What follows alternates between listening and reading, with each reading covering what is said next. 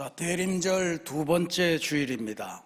대림이라고 하는 말이 기다릴 대자, 올 림자 그런 거니까 오심을 기다린다 이런 뜻인데, 우리 인생에서 기분 좋은 기다림은 언제나 설레임을 수반합니다. 좋은 일이죠. 그래서 그 설레임은 늘 우리 마음에 감흥을 일으켜서 종종 시어로 표현되곤 합니다. 여러분도 우리 교우들도 대림절에 우리가 새로 발견하는 예수님, 또 예수님의 은혜, 느낌 이런 것들을 시로 한번 매일같이 한 편 정도씩 적어보는 것은 어떨까 하는 권면을 드립니다. 왜냐하면 그렇게 어려운 게 아니에요. 이 시를 한번 들어보십시오. 초등학교 6학년 학생이 대림절에 쓴 시입니다. 제목, 우리는 지금 힘들지만. 향림교회 6학년 변나빈. 우리는 지금 힘들지만 하나님 나라가 올 거야. 지금 조금만 참으면 우리는 구원받을 거야. 하나님 나라가 올 거야. 우리가 손잡고 위로하는 그곳이 그때가 하나님 나라일 거야. 너무 좋지 않습니까? 여러분도 이 정도는 쓸 것 같지 않아요?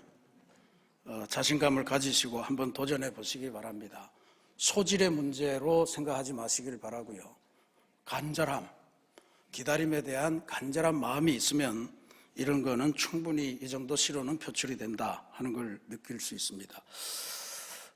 좀 더 전문적인 시인의 기다림을 한번 봅시다. 시적인 감성이 있어야 이 정도는 쓸 것 같은데, 예전에 황지우라는 시인이 있었는데 너를 기다리며 라고 하는 시가 굉장히 유명합니다. 첫머리가 이렇습니다. 내가 오기로 한 그 자리에 내가 미리가 너를 기다리는 동안 다가오는 모든 발자국은 내 가슴에 쿵쿵거린다. 기가 막혀요. 너를 만나기로 한 시간에 미리 가서 있으면 우리도 그런 경험 하잖아요. 그래서 발자국마다 저게 그 사람 발자국일까? 문이 열릴 때마다 그 사람일까? 건네다보고 그렇게 되는 거죠. 실제로 이분은 그렇게 쓰시기도 하셨습니다. 이 기다림에 대한 설레임이라고 하는 것이 대단히 중요한데, 제가 오늘 진짜로 소개시켜드리고 싶은 기다림에 대한 성찰, 이거는 시는 아닌 것 같은데 우리 모두가 좋아하고 한 번쯤 읽어봤을 생텍쥐베리의 어린 왕자에서 사막 여우가 어린 왕자를 향해서 던지는 일종의 요청입니다. 기다림의 진리, 우리가 이렇게 기다리고 있다 하는 것을 알려주는 것 같아서 한번 소개해 드립니다. 내가 오후 4시에 온다면 나는 3시부터 행복해지기 시작할 거야. 시간이 흐를수록 점점 행복해지고 4시가 되면 안절부절 못하고 초조해 하겠지. 그러나 내가 무턱대고 아무 때나 찾아오면 난 언제부터 마음의 준비를 해야 할지 모를 거야.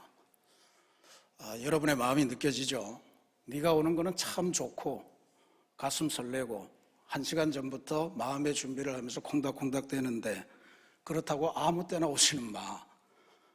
그러면 하루 종일 너를 기다리느라고 아무 일도 못하게 되니까 제발 정해진 시간에 그때 와달라 라고 하는, 어쩌면 현대인의 마음을 굉장히 잘 표현해주는 그런 구절이다 이렇게 볼 수 있습니다. 근데 오늘 우리가 봉독한 하나님의 말씀 베드로 후서에서 베드로는 이 시기 우리가 기다리는 기다림에 대한 성서적인 입장을 우리들에게 가르쳐 줍니다. 베드로는 알다시피 살아생전에 예수님을 만났고 동고동락했고 심지어 수제자라고 꼽힘을 받는 그런 사람이었죠. 그리고 주님의 죽음을 지근거리에서 바라보고 물론 도망갔지만 그 죽음을 체험했고, 그리고 부활하셔서 도망다니다가 주님을 또 만났습니다.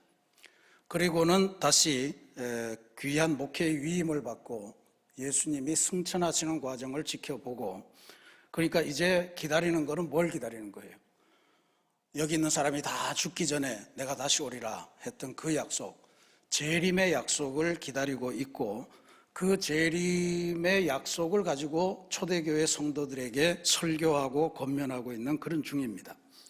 근데 여기에서 이제 베드로가 지금 우리가 일상생활에서 생각하는 기다림과는 조금 다른 차원의 하나님과 관련된 기다림의 이야기를 한 두 가지 하고 있습니다. 그걸 오늘 말씀을 통해서 보려고 합니다.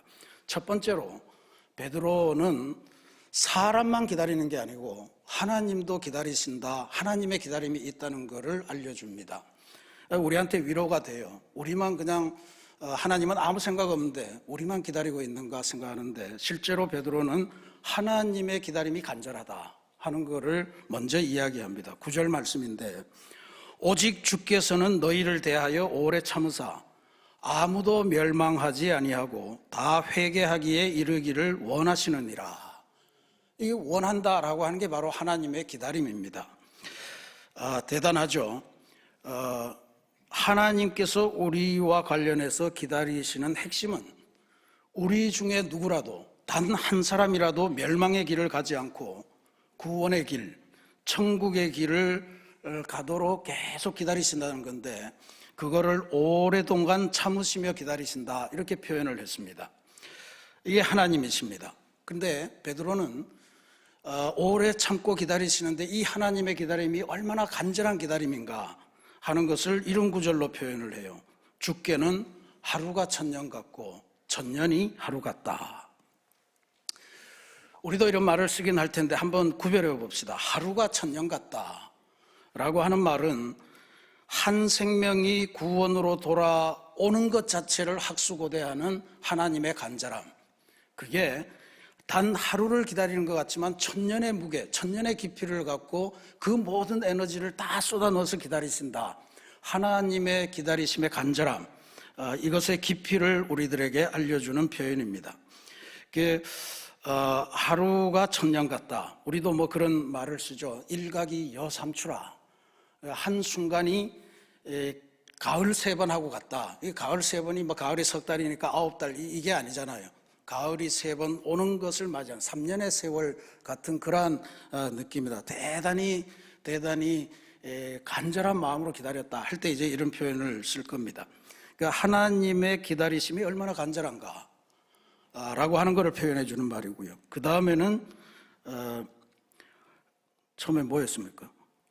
하루가 천년 같다. 천년이 하루 같다라고 하는 이 말은 하나님께서 우리가 회개하고 주님께로 돌아오기를 기다리는 그 인내심의 깊이, 그거를 알려주는 표현이다, 이렇게 이해를 하시면 될 겁니다.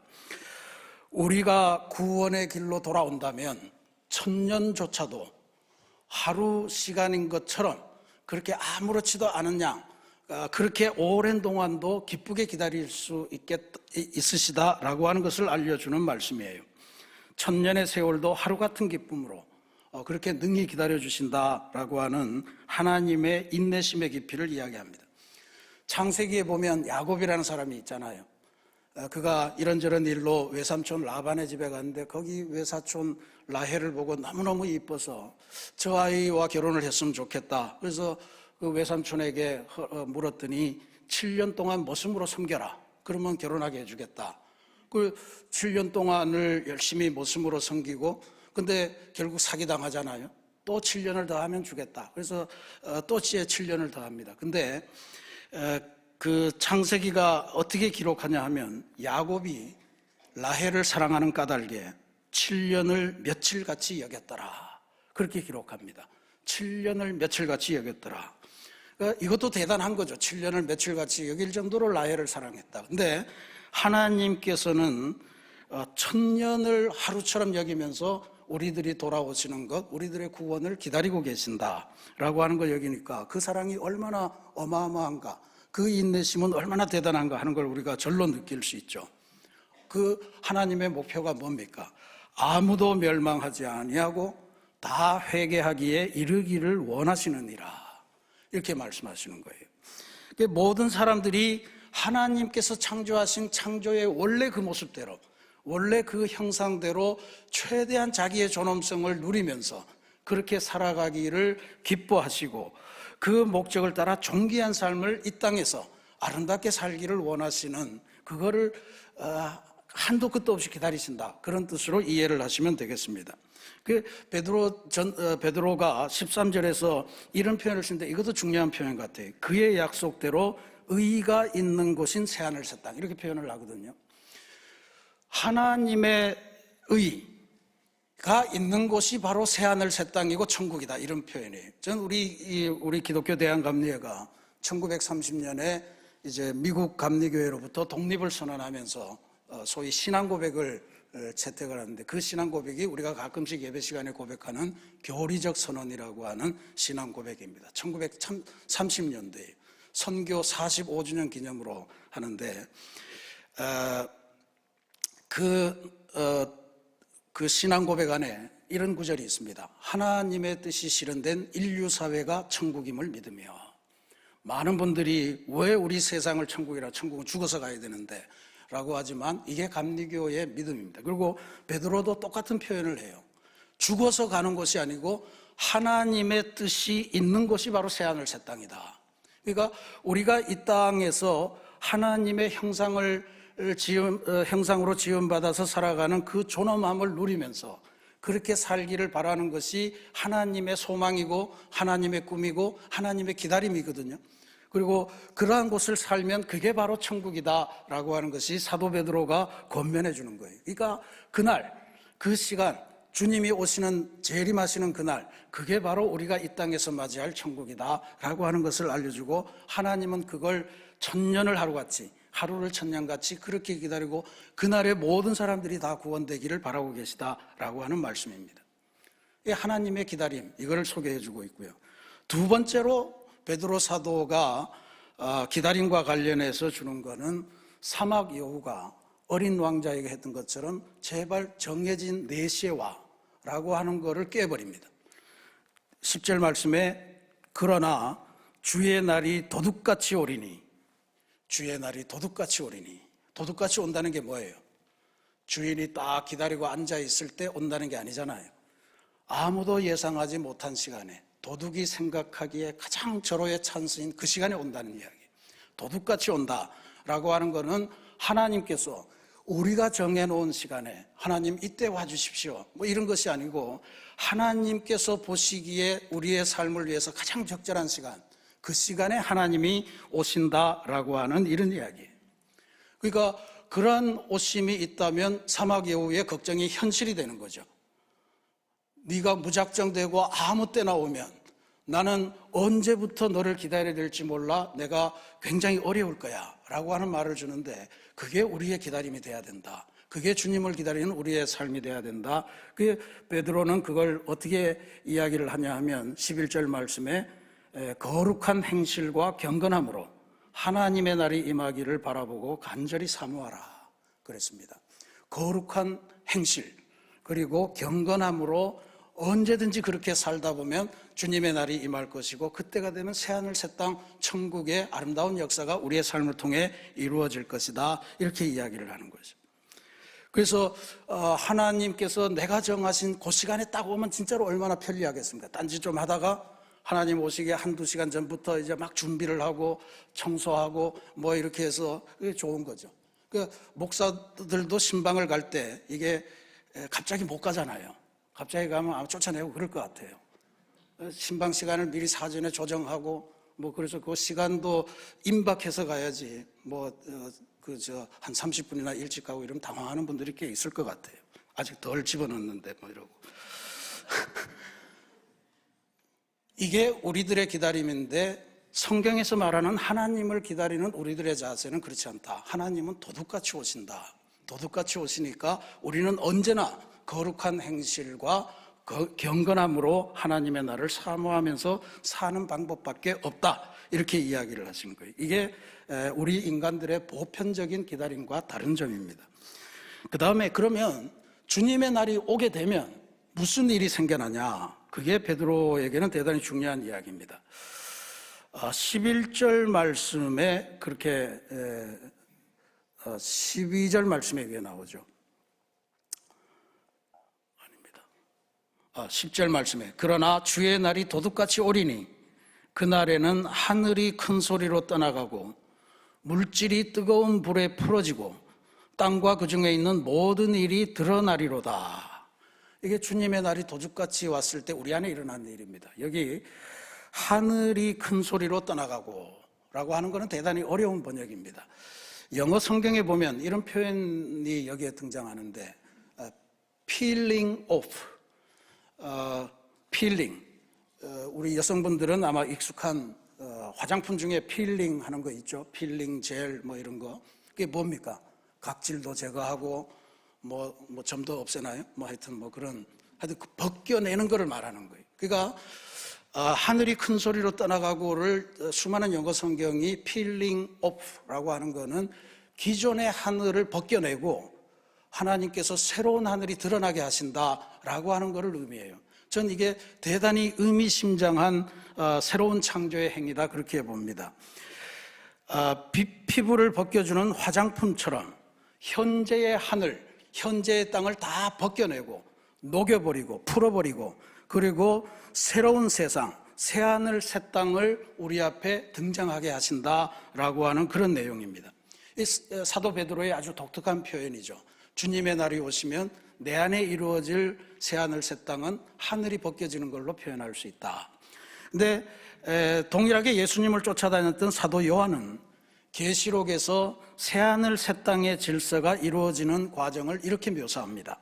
보라, 하나님의 장막이 사람들과 함께 있음에 하나님이 그들과 함께 계시리니 그들은 하나님의 백성이 되고 하나님은 친히 그들과 함께 계셔서 모든 눈물을 그 눈에서 닦아주시니 다시는 사망이 없고 애통하는 것이나 곡하는 것이나 아픈 것이 다시 있지 아니하리니 처음 것들이 다 지나갔음이로라. 그럽니다. 하늘을 벗겨버리고 새로운 하늘을 주시는 베드로와 마찬가지로 사도 요한에게도 우리에게 오시는 새하늘 새 땅은 처음 것들이 지나가는 것이다. 이렇게 규정을 해요. 처음 것들이 지나가면서 하나님과 우리 사이의 관계가 새롭게 맺어지고요. 하나님은 나의 하나님, 우리는 하나님의 백성 이렇게 되는데 하나님이 뭘 하시냐면 모든 눈에서 눈물을 닦아주신다. 모든 눈에서 눈물을 닦아주시고 다시는 사망이 없고 애통하는 것이나 곡하는 것이나 아픈 것이 없는 상태로, 그러니까 사망도 제거하시고 아픔도 제거하시고 고통도 제거하시고 곡하는 것도 제거하시고 모든 걸 제거하시면서 하나님이 창조하신 원래의 모습대로 살도록 하신다, 이런 이야기니까 비슷한 이야기가 되겠죠. 어쨌든 주님의 날이 도둑처럼 오셔서 하시는 일은 이런 일입니다. 그러니까 우리가 이걸 놓치면 곤란한 거예요. 그래서 슬기로운 처녀들처럼 늘 깨어서 거룩함의 행실과 또 경건함으로 하나님의 날을 기다리는 그 삶의 자세가 대단히 소중하다. 이것이 바로 사도 베드로가 우리들에게 권면하는 내용입니다. 그러면 오늘 우리는 하나님께서 모든 눈에서 눈물을 닦아주시고 사망이 없고 아픈 것이나 곡하는 것이나 애통하는 것이나 이런 것들이 없도록 처음 것들을 지나가게 하실 텐데, 베드로의 고백으로 다시 돌아가면 거룩한 행실과 경건함으로 그 날을 사모하고 기다려라 라고 하면 우리는 이제 생각을 다시 해야 됩니다. 마냥 앉아서 그날이 내게로 올 때만을 기다리는 것이 아니라 우리 주변에 있는 사람들의 눈물, 우리 주변에 있는 사람들의 아픔, 우리 주변에 있는 사람들이 느끼는 죽음의 공포, 이런 것들을 주님을 소개하면서 어떻게 해소해 줄 수 있겠는가 하는 것을 찾아내야 됩니다. 그게 우리들이 기다리는 기다림의 참된 의미가 될 것입니다. 저는 지난 목요일과 금요일에 참으로 가슴 벅찬 대림절의 감동을 느끼는 행사를 하나씩 참여하면서 보냈습니다. 목요일에는 우리 그 사회적 기업이 많은데 기독교인들이 운영하는 사회적 기업의 연합 모임이 몰래 산타, 성탄 선물 박스 나눔 뭐 이런 행사에 참여했어요. 저한테 기도를 해달라고 그래서 대표 기도하고 왔습니다만, 그러니까 이 사회적 기업들이 저기 뒤에 보시면 상자들이 저 사과 상자 같은 것들이 쭉 있는데 저게 성탄 선물 상자입니다. 저기 안에 이 사회적 기업들이 자기네들 물건을 다 모아서 집어넣는데 한 상자당 한 20만 원어치 집어넣었다고 그래요. 그러니까 여성들한테는 필링 젤 뭐 이런 거 이제 화장품 같은 거 많이 넣고, 아이들한테 간다 그러면 먹을 거 장난감 이런 거 집어넣고, 보통 일반 성도들에게는 뭐 친환경 제품도 넣고 하여튼 20만 원어치를 집어넣었다고 그래요. 저걸 넣고 이제 교회와 성도들이 저거를 구입을 할 때는 5만 원만 내면 저거를 나누어 준다 이런 이야기죠. 그래서 뭐 사정을 보아하니 기독교 사회적 기업들이 생산해 놓은 어떤 재고를 처리하는 과정이기도 하고, 그러니까 그 기업을 돕기도 하면서 상대적으로 우리는 성도들이 낸 기부금으로 더 많은 사랑을 나누도록 하는 뭐 취지가 굉장히 좋은 그러한 행사였습니다. 우리 교회도 함께 하는 게 좋겠다 생각해서 오늘 설명서 나눠드렸는데 여러분들이 잘 보시고 참여를 해보시면 좋겠습니다. 근데 이게 우리한테는 처음이 아닙니다. 코로나가 있기 전에 아주 오래전에 우리가 양천구 신월동 쪽에 지역아동센터가 한 33개 정도 모여 있습니다. 거기 지역아동센터 어린이 청소년들을 위해서 우리가 섬탄상자 만드신 거를 기억하실 겁니다. 그때 기준이 5만 원이었어요. 5만 원씩에 해당되는 뭐 아이들 자켓도 넣고 또 뭐 목도리도 넣고 책도 넣고 장난감도 넣고 뭐 이렇게 해서 5만 원어치로 해서 성도들의 이름을 써서 하나하나씩 다 전달했던 기억이 있습니다. 그 다음에 또 한 번은 우리 경비원들이 사회적으로 여러 가지 압박 그리고 멸시 뭐 이런 걸 당하면서 고난에 처해 있을 때 그분들을 우리가 임계장이라고 사회적으로 불렀거든요. 임시계약직 노인장. 그래서 그분들에게 성탄의 위로가 좀 있었으면 좋겠다 해서 그때는 우리가 국제기아대책기구라고 하는 대하고 같이 협력을 했습니다. 그때 국제기아대책기구도 꽤 큰 세계적인 구호단체인데 한국에서의 그 유수한 기업들의 후원을 받아서 5만 원을 내면 10만 원짜리 상자를 만들어준다. 그래서 그걸 우리가 또 한 300 상자를 만들어서 교인들이 다 참여를 해서 여기 9단지, 10단지, 13단지에 있는 경비원들에게 성탄 이브에 직접 찾아가서 전달했던 그런 기억을 갖고 있습니다. 근데 이번에 이제 20만 원이 된 거예요. 그러니까 더 큰 기회와 더 풍성한 나눔이 있을 수 있게 되는데 여러분들 가정에 하나씩 혹은 여러분들의 자녀들의 이름으로 뭐 등등 해서 우리가 한 200상자 정도는 올해 감당을 하면 어떻겠는가 이런 기도를 하고 있습니다. 또 금요일에는 우리 교회가 몇 년 전부터 시행하고 있는 초하루 생명 살리기 헌금, 이것을 가지고 저희들이 처음에는 우리가 그냥 찾아서 이런저런 어려운 분들에게 도움을 주는 걸 냈는데 그러다 양천 사랑복지재단이라고 하는 구에서 아주 공식적으로 후원하는 복지재단이 있는데 거기와 협력해서 그 사무실에다가 소망우체통이라는 걸 만들었습니다. 공식 이름은 새신교회 소망우체통입니다. 그러니까 이제 세상 살다 보면 기초생활 대상자도 있고 한데 병이 너무 장기적으로 되면 또 가족 중에 뭐 있으나 마나한 아들이 있으면 또 막 이렇게 법적인 지원 대상에서 끊어지고 이러면 진짜 난감한 경우가 많은데 그분들이 직접 찾아와서 자기 사연들을 넣으면 그거를 사회복지재단에서 이렇게 보고 이분은 진짜로 긴급하게 도와줘야 되겠다 하는 분을 소개하면 저희들이 생명 살리기 헌금에서 이제 1인당 100만 원 정도 규모로 그렇게 지원을 했습니다. 이번에 이거를 제가 감리자가 되면서 이게 새신교회만 할 일이 아닌 것 같다.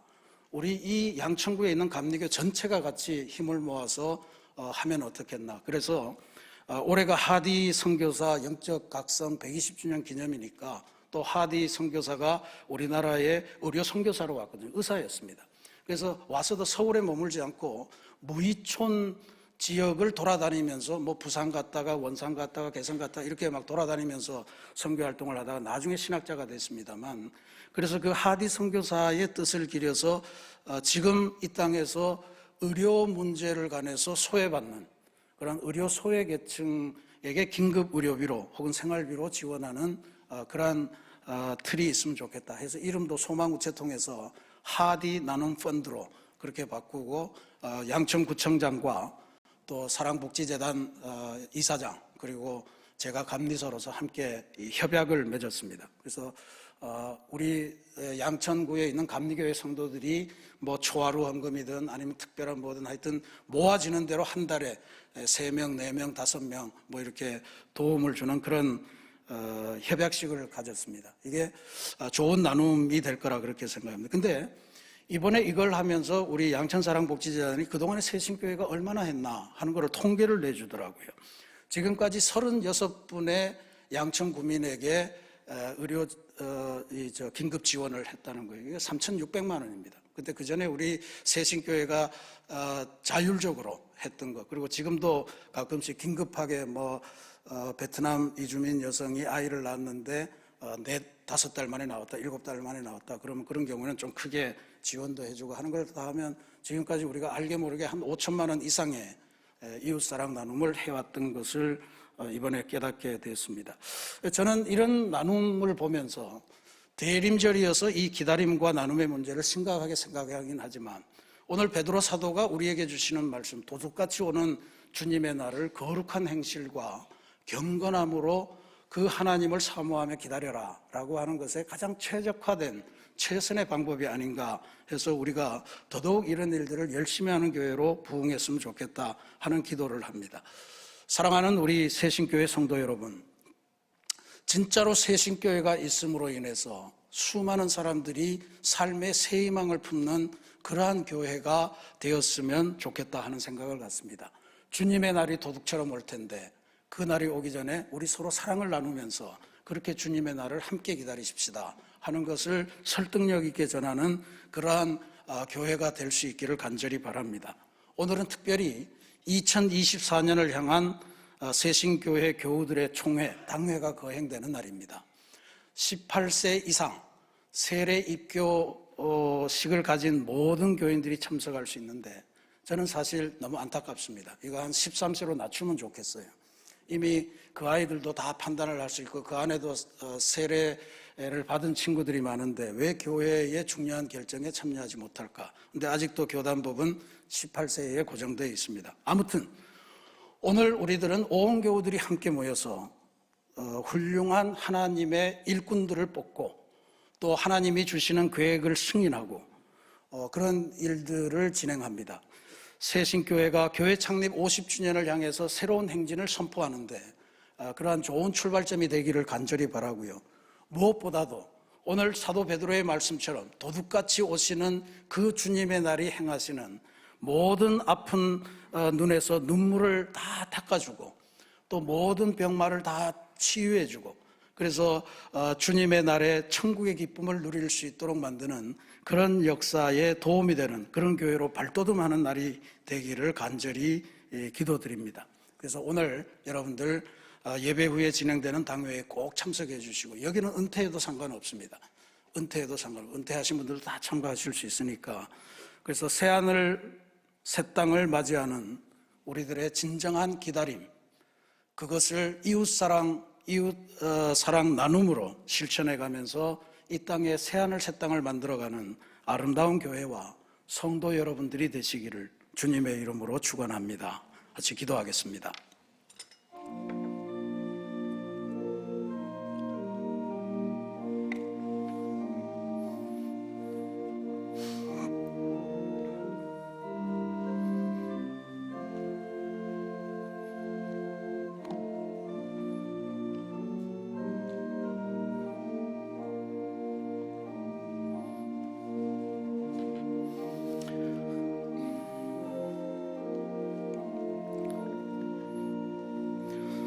사랑의 하나님, 우리가 아기 예수의 오심, 하나님께서 우리에게 오심을 간절하게 기다리고 있지만 제발 우리가 정한 그 시간에 오시면 좋겠다는 사막 여호와 같은 마음을 갖고 있는 것도 사실입니다. 그러나 사도 베드로를 통해서 다시 한번 듣는데 하나님의 나라는 도둑처럼 하나님께서 정하신 그 시간에 오신다는 것을 깨닫고 권면처럼 거룩한 행실과 경건함으로 하나님을 사모하며 그때를 기다리라고 했던 것처럼 우리가 이제는 우리 이웃의 눈물을 닦아주며 이웃들에게 예수 사랑을 전하며 그렇게 함께 거룩한 행실로 주님의 나라가 오시는 그날까지 이 땅에서 서로 하나님을 기다리는 귀한 백성들 교회가 되게 주님 인도하여 주옵소서. 그렇게 하노라면 우리 안에 새하늘 새 땅이 마련된다고 하셨으니 하나님 우리 새신교회가 나서서 이 지역사회를 하나님께서 친히 다스리는 새하늘 새 땅으로 변화시켜가는 아름다운 역사를 선교적인 과제로 정하고 그렇게 달려나가는 귀한 교회로 변화되게 인도하여 주옵소서. 오늘 당회에 있습니다. 모든 성도들이 함께 참여해서 뜻을 모아서 이 위대한 기도를 시작하는 귀한 역사를 허락하여 주옵소서. 예수님 이름으로 감사기도 드립니다. 아멘.